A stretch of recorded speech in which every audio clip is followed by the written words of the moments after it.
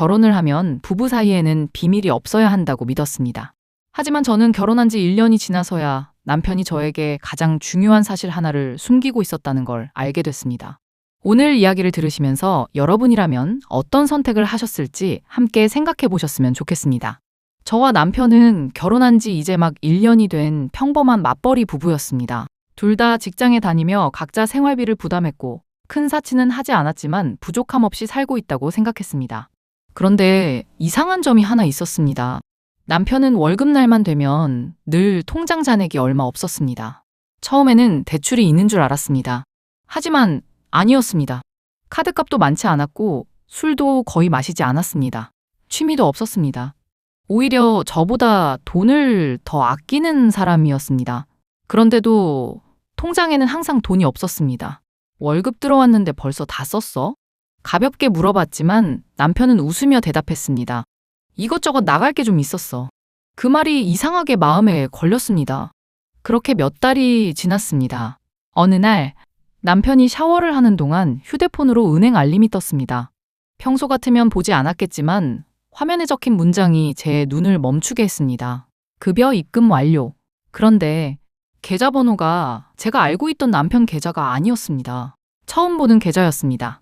남편이 나오자 조심스럽게 물었습니다. 여보, 이 계좌 뭐야? 순간 남편 표정이 굳었습니다. 한참을 말없이 있던 남편이 조용히 입을 열었습니다. 엄마 통장이야. 순간 아무 말도 할 수 없었습니다. 무슨 말이야? 월급이 엄마 통장으로 들어가. 결혼하고도? 남편은 고개를 숙인 채 대답했습니다. 응. 그날 밤 우리는 처음으로 크게 다퉜습니다. 이걸 왜 나한테 말 안 했어? 말하려고 했는데 결혼은 같이 사는 거잖아. 남편은 한동안 아무 말도 하지 못했습니다. 그러다 조용히 이야기하기 시작했습니다. 우리 아버지가 예전에 사업을 하셨어.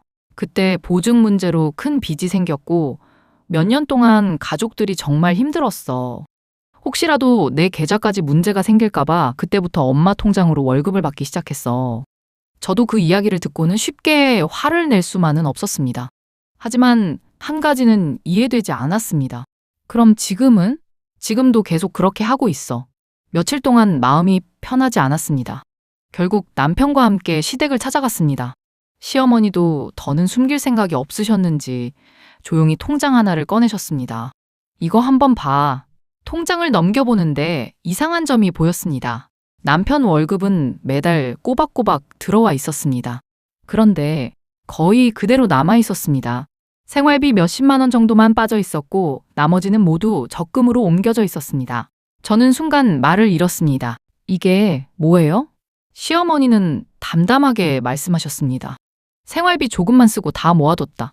이 돈은 원래 너희 집 살 때 보태주려고 했어. 그 말을 들은 남편도 놀란 표정이었습니다. 엄마, 나도 처음 듣는데? 시어머니는 한숨을 쉬며 웃었습니다. 괜히 미리 말하면 마음이 흔들릴까봐. 그러면서 통장을 제 앞으로 밀어주셨습니다. 잔액을 보는 순간 숨이 멎는 줄 알았습니다. 1억 2천만 원.